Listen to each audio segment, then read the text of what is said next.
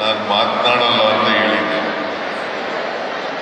ಯಾಕಂದರೆ ಕ್ರೀಡಾಕೂಟವನ್ನು ಈಗಾಗಲೇ ಉದ್ಘಾಟನೆ ಮಾಡಿದ್ದೀನಿ. ಅದರಿಂದ ಮಾತುಗಳ ಅವಶ್ಯಕತೆ ಇಲ್ಲ ಅಂತೇಳಿ ಹೇಳಿದ್ದೆ.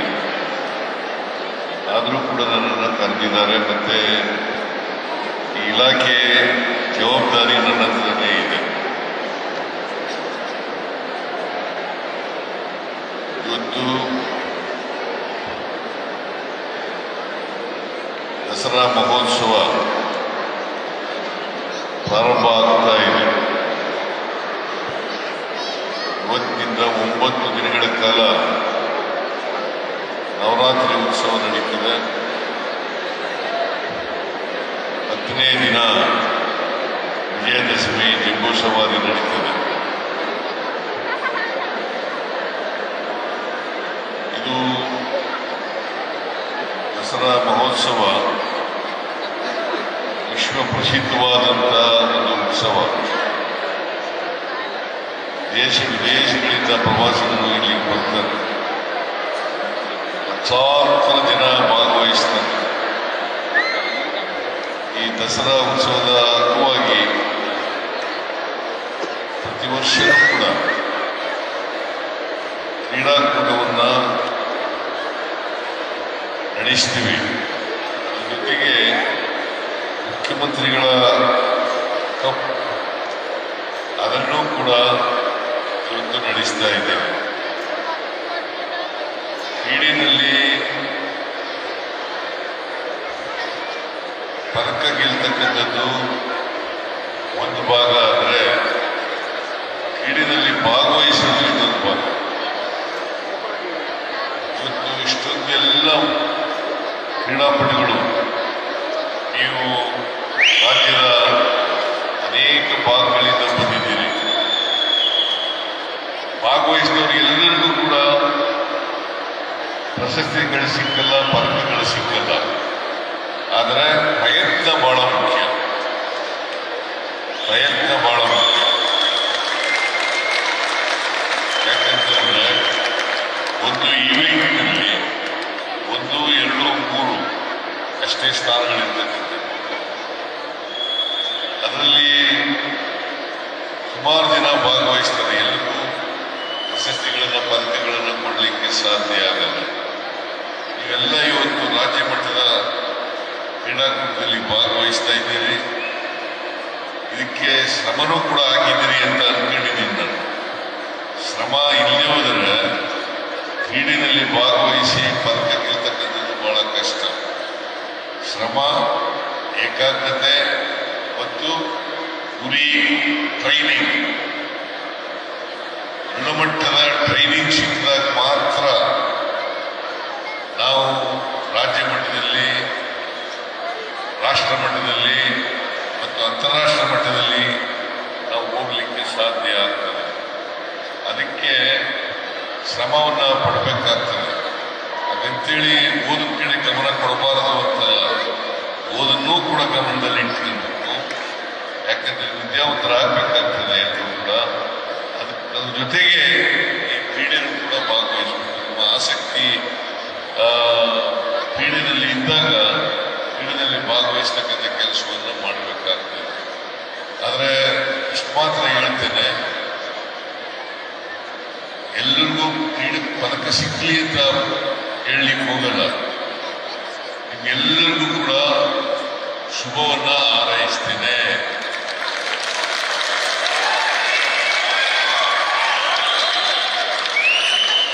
ಕರ್ನಾಟಕ ಸರ್ಕಾರ ಎಲ್ಲ ಈ ಕ್ರೀಡಾಕೂಟದಲ್ಲಿ ಜಯಿಸಿ ಮುಂದಿನ ಕ್ರೀಡಾಕೂಟಗಳಿಗೆ ಹೋಗ್ತಕ್ಕಂಥ ಪ್ರಯತ್ನವನ್ನು ಮಾಡಬೇಕು. ಈಗ ಹರ್ಮನ್ಪ್ರೀತ್ ಸಿಂಗ್ ಹಾಕಿ ಟೀಮ್ ಕ್ಯಾಪ್ಟನ್ ಆಗಿದ್ದಾರೆ. ಜೊತೆಗೆ ಇವರು ಈ ಸಾರಿ ಅನೇಕ ಗೋಲ್ಗಳನ್ನ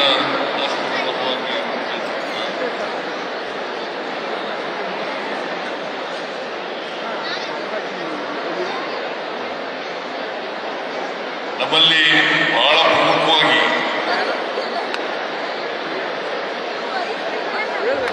ಇವರು 200ಕ್ಕೂ ಹೆಚ್ಚು ಗೋಲುಗಳನ್ನು ಬಾರಿಸಿದ್ದಾರೆ.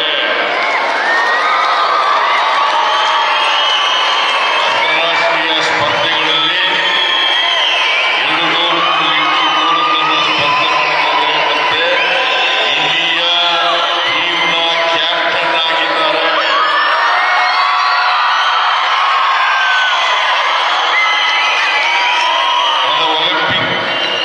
ಒಲಿಂಪಿಕ್ಸ್ನಲ್ಲಿ ನಮ್ಮ ದೇಶ ಬ್ರಾಂಜ್ ಮೆಡಲ್ ಅನ್ನ ಪಡೆದುಕೊಂಡಿತ್ತು.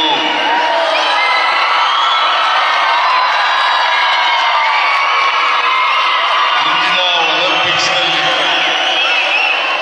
ಅವರು ಚಿನ್ನದ ಪದಕವನ್ನು ಪಡೀಲಿ ಅಂತೇಳಿ ಇವೆಲ್ಲರ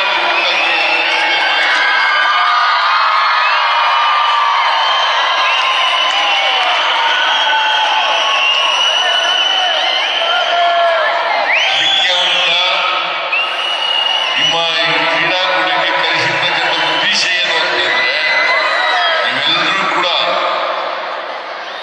ಅವರಂತೆ ಒಲಿಂಪಿಕ್ಸ್ನಲ್ಲಿ, ಏಷ್ಯನ್ ಗೇಮ್ಸ್ನಲ್ಲಿ,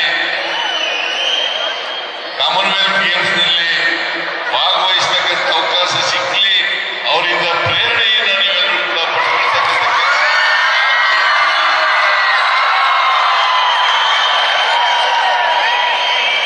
ಒಲಿಂಪಿಕ್ ಪ್ಲೇಯರ್ ಆಗೋದು ಸುಲಭ ಕೆಲಸ ಅಲ್ಲ. ಬಹಳ ಪ್ರಯತ್ನ, ಬಹಳ ಶ್ರಮ,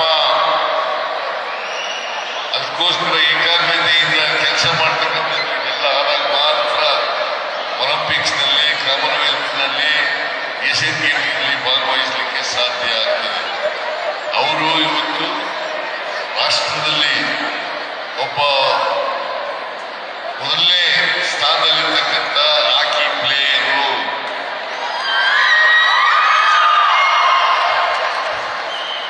ನೀವು ಕೂಡ ಅವರಂತೆ ಅವರ ಸ್ಥಾನಕ್ಕೆ, ಅವರ ಎತ್ತರಕ್ಕೆ ಬೆಳೀತಕ್ಕಂಥ ಪ್ರಯತ್ನವನ್ನ ಮಾಡಿ ಅಂತ ಹಾರೈಸಿ ಈ ಕ್ರೀಡಾಕೂಟದಲ್ಲಿ ನೀವೆಲ್ಲರೂ ಕೂಡ ಪದಕಗಳನ್ನು ಗಳಿಸಬೇಕು ಅಂತ ಹೇಳ್ತಾ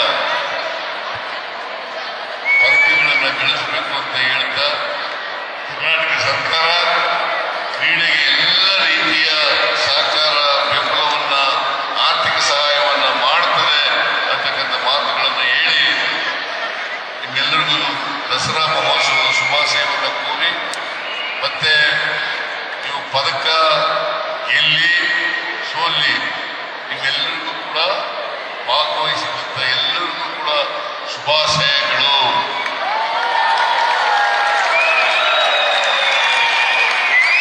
ಧನ್ಯವಾದಗಳು.